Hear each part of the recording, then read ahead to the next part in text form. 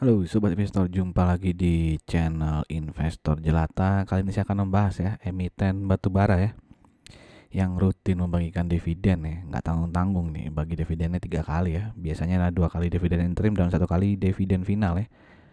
Dan di bulan Mei ini dia akan bagi dividen final ya. Nah, kita bahas saham ini apakah masih menarik atau tidak. Sebelum kita mulai, saya ingin menginformasikan ya, seperti biasa, video-video yang ada di channel Investor Jelata yang terbaru ini adalah salah satu emiten yang jualan plastik ya, tapi bisa bagi dividen jumbo. Jika teman-teman berminat untuk menonton video ini, nanti linknya saya taruh di pojok kanan atas ya. Sedangkan video-video lainnya bisa teman-teman cari linknya di kolom deskripsi atau langsung aja ubek-ubek ya di search ya, channel Investor Jelata ini. Oke, emiten batubara yang akan saya bahas adalah GEMS ya, GEMS ya, alias Golden Energy Mines ya, di mana emiten ini listing di bursa saham kita tuh tahun 2011 ya.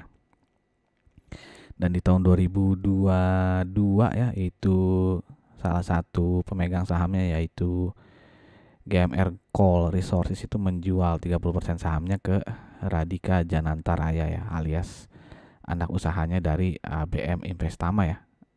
Saham yang listing di bursa kita dengan kode ticker ABMM ya.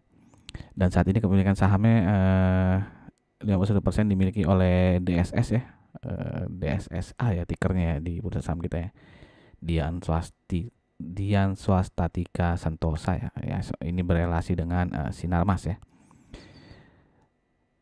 Oke, lalu untuk publiknya nggak terlalu besar sih ya, hanya 12% ya. Nah, ini tadi Radhika Janantaraya adalah anak usaha dari ABM Investama ya.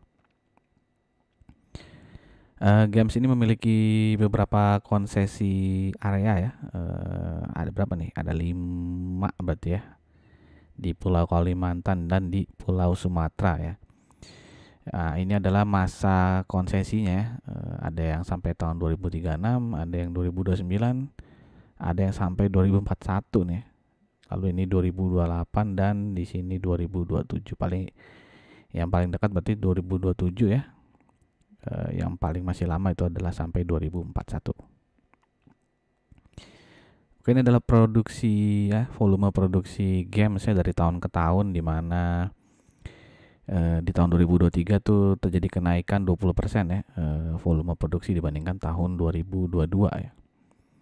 Tapi ya pendapatannya tidak sebesar 2022 ya, karena harga penjualan batubara juga, harga batubara masih turun ya, sehingga walaupun volume produksinya naik ya, penjualan juga volumenya naik, tapi karena harganya lebih murah dibandingkan 2022, maka jadi pendapatan 2023 tuh lebih kecil ya dibandingkan 2022.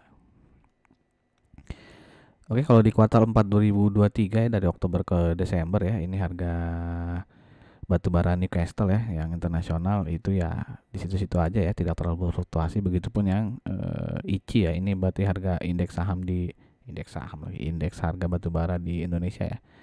Itu juga tidak terlalu berfluktuasi ya, bergerak antara 60 sampai 58 US dollar ya. Oke, sebelum kita masuk ke bagian keuangannya, saya ingin mengajak teman-teman ya yang mungkin saja baru mampir di channel ini atau yang sudah sering mampir tapi belum subscribe.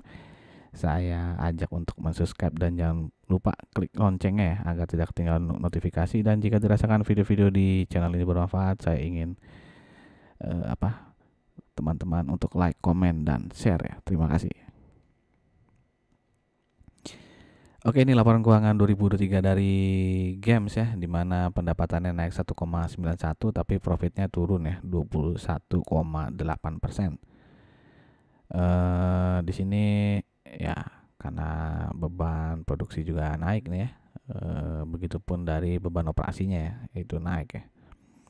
Dan GEMS ini belum mengeluarkan laporan keuangan kuartal 1 2024-nya ya, jadi masih terakhir adalah kuartal 4 2023. Di tahun 2023 ini ekspornya mirip-mirip lah ya dengan di tahun 2022. Jadi komposisi ekspornya itu 67%, 33%-nya domestik. Nah, di tahun 2022 itu 64%-nya ekspor. Area tujuan ekspor juga yang paling besar ini Cina ya, Jadi dari seluruh penjualan tuh 41%-nya ke Cina ya di tahun 2023, di tahun 2022 juga sama ya, ke Cina ya 41%. Oke, sekarang kita bandingkan ya games ini dengan saham-saham batubara lainnya ya yang sudah rilis laporan keuangan kuartal 1 2024 ya. Jadi data games ini masih pakai data tahun 2023 ya. Dimana di sini earning per share-nya sangat besar lah ya, 1354 ya, walaupun belum sebesar ITMG. Lalu untuk PER-nya 4,61 ya, ini bukan yang paling murah tapi bukan juga yang paling mahal ya, karena di sini ada yang lebih besar lagi nih PER-nya, PTBA dan juga MCOL ya. Yang paling kecil adalah KKGI. Untuk PBV sendiri dia, nah kalau PBV ini termasuk besar ya. Yang paling besar malah nih di antara 7 saham batubara ini ya, 3,6 kali ya. Yang paling kecil ya ini si Adaro. Oke, walaupun PBV-nya yang paling besar tapi dia ROE-nya juga yang paling besar ya, 78% ya. Tapi kita nggak tahu nanti setelah rilis kuartal 1 2024 apakah ROE masih sebesar ini atau enggak ya. Kita perlu tunggu ya laporan keuangannya. Oke, untuk DER-nya juga nih yang paling besar kedua ya, jadi yang paling besar pertama ya temennya nih si ABMM ya, 1,6 ya, sedangkan GAPS 0,98. Yang paling kecil MCOL ya, 0,25. Oke, ini per history dari games ya 5 tahun terakhir. PER-nya itu rata-rata di 9,82 dan saat ini dia pergerakan di 4,59, jadi bisa dibilang dia masih under value ya untuk dari PER-nya. Untuk PBV-nya juga dia sedikit under value ya. Dimana rata-rata PBV-nya di 4,14 5 tahun terakhir ini, dan saat ini dia di sekitar 3,6. Book value saat ini adalah di 1715,85. Jadi kalau kita asumsikan harga wajar games ini adalah ketika PBV-nya 4,14, maka harga wajar ada di 7103,62 ya. Dan harga di hari Jumat kemarin berapa? Ya, harga di 17 Mei itu ya di 6.250, sehingga margin of safety-nya masih cukup besar ya, 13,6%.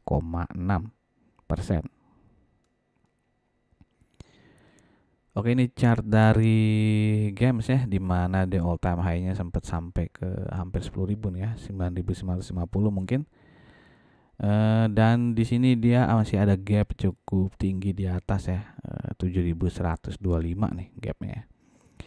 Dan saat ini dia kecenderungannya short term seperti uptrend lah ya.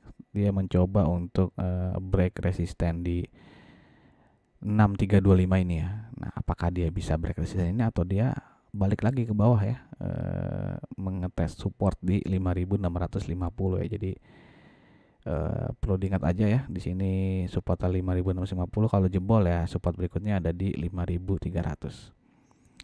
Sedangkan resisten berikutnya adalah di 6525 dan tentu saja gap di 7125 ini ya. Nah, seperti saya bilang tadi ya, secara short term dia bisa dibilang uptrend ya, karena sudah ada di atas EMA 20-nya, bahkan di long termnya juga ya, udah di atas EMA 200-nya ya.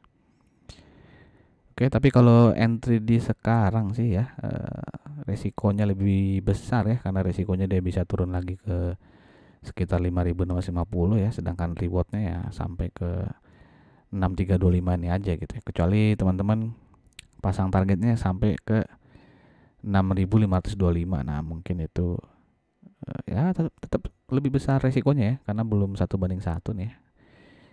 Kalau pasang target ke 6525 juga ya. Tapi kalau teman-teman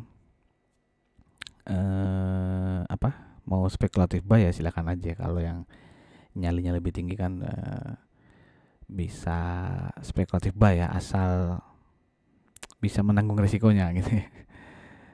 Oke, ini dividen historis dari games ya, dimana seperti yang tadi di awal ya, dia rutin membagikan dividen ya. Ya udah dari dulu ya, dia dividen interimnya 2 kali, dividen finalnya 1 kali, jadi 3 kali dalam satu periode gitu ya. Bahkan pernah sampai 4 kali nih ya, dari tahun 2021 nih ya, interimnya 3 kali, finalnya 1 kali gitu ya. Dan dia juga cukup royal ya dalam membagikan dividen payout ratio-nya tuh bisa dilihat ya, sering 90% gitu ya. Tapi tahun lalu agak kecil nih, 62,19%. Dan dia akan bagikan dividen lagi ya, dividen final dengan kumdet di 28 Mei. Dan dividennya nominalnya sebesar 231 ya. Jadi dividen final kali ini potensi dividen yieldnya adalah 3,69%. Terlihat kecil ya, tapi kalau teman-teman sudah dapat dividen interim 2 kali nih ya, di 846 dan juga 237 ya, berarti totalnya berapa tuh, 1300-an ya berarti dividen ya. Jadi sangat-sangat besar lah itu ya, belasan persen mungkin itu ya, kalau teman-teman udah dapat interim di September dan Desember 2023. Nah, apakah teman-teman ada yang merasakan dividen interim ini nih, terutama yang September ya, gede banget ya, 846? Silahkan tuliskan di kolom komen ya. Dan untuk yang belum punya, bagaimana komentarnya? Apakah menarik? Kayaknya sih nggak menarik ya kalau cuman Rp231 ya. Tapi siapa tahu ada yang tertarik ya, silahkan tuliskan di kolom komen ya, sekaligus alasannya kenapa games ini masih menarik, agar bisa jadi bahan diskusi untuk kita juga gitu ya. Oke, sekali lagi jika dirasakan video ini bermanfaat, saya minta tolong untuk like, comment, and share-nya. Sampai jumpa lagi di video-video berikutnya. Salam jelata.